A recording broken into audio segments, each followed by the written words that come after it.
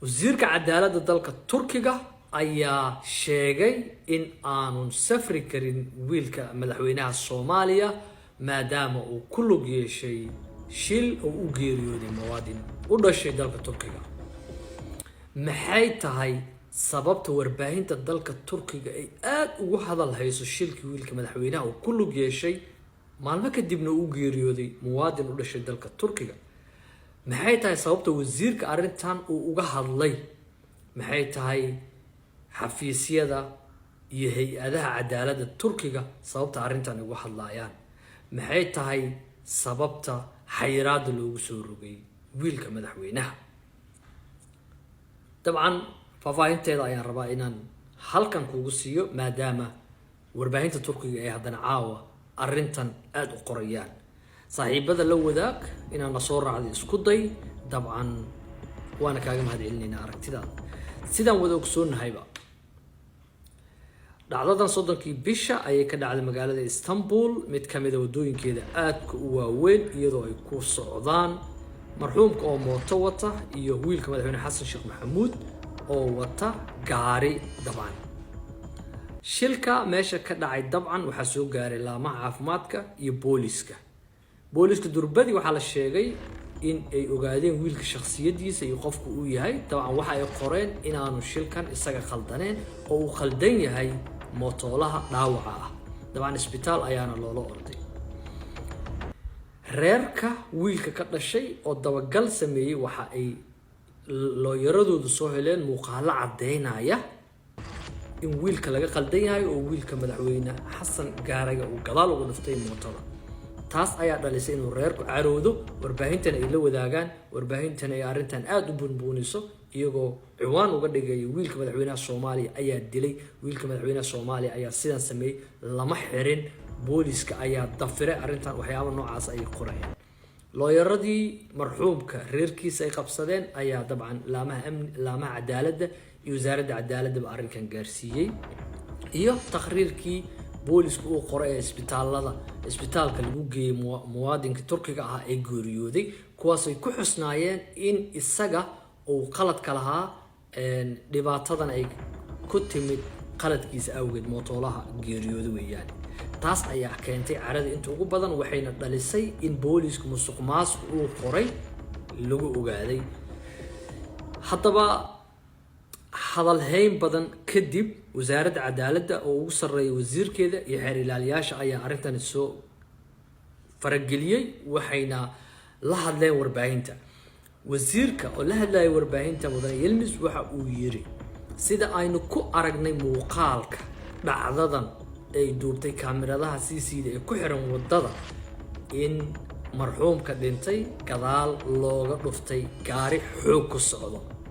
sidoo kale warkiisu wuxuu raaciyay shakina mala yiri. sidoo kale wuxuu raaciyay in marxuumka cadaalad uu heli doono. qofka dhibaatada iyo shilka ku fal yeeshan cidoo doono ha ahaadee waxa uu tagayaa cadaaladda. qofna cadaaladda kama sareeyo, qof walbana cadaaladda ayuu wajahayaa markii dhibaato iyo dambi u dhaco dalkan, ayuu ku yiri hadalkiisa wasiir Yilmaz oo la hadlayay Turkish Minute warbaahinta ay dhahaan. reerka uu ka dhashay wiilka ayaa aabahood iyagana hadlay duugtii kadib. waxa ay sheegeen inay aad iyo aad uga xun yihiin inuu booliska xaqooda markii hore uu dafiray, haddana ay warbaahinta ka daawanayaan caddeynta sida ay wax u dhaceen. aabbaha oo hadlay wuxuu sheegay uu yiri wiilkaygu waa aabe caruur korsanay, waa professional qof ku ah wadista mootadan oo in muddo ku shaqaysanay.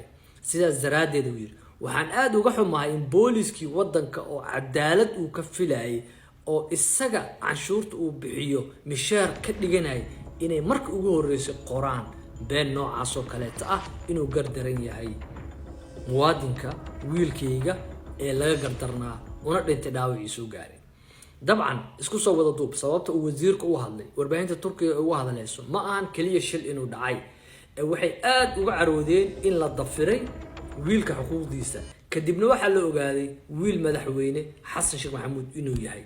sidaas ay dadku waxay u fahmeen in marka ugu horeysaba dhacdada ay dhacday wiilka madaxweynaha iyo boolisku is afgaradkii yimid kadib in la isku dayay arrinta in hoos loo dhigo lana duudsiyo xuquuqda muwaadinka dhintay ee lagu magacaabay Yunus Emre ee u dhashay dalka Turkiga taas ay shacabka ka caroodeen iyo madaxda dalka Turkiga intaas kadib wararku waxay sheegayaan dawladda Soomaaliya madaxweynaha Xasan Sheekh Maxamuud si shakhsi ah inuu ergo u dirsaday halka oo doonayo in wiilkiisa cadaalad loo helo aan rajaynaynaa in cadaaladda Turkiga ay muwaadinkaas cadaaladiisa si sax u siiso marxuumka dhintana ay sax u siiso dadka Soomaalidana waxaan faraynaa shil uu dhici karaa xeer iyo qawaaniin ayaa uga degan kaliya wax hadda buuqa dhalinayo waa musuqa oo boolisku qoray mooyaane ma ahan cadaaladda labada qofood loo kala qaadayo waxa laga doodayo in xayiraad la soo rogan waxa keenaysa tuunka sheegay in boolisku markii hore uu sidaan wax u qoray in uu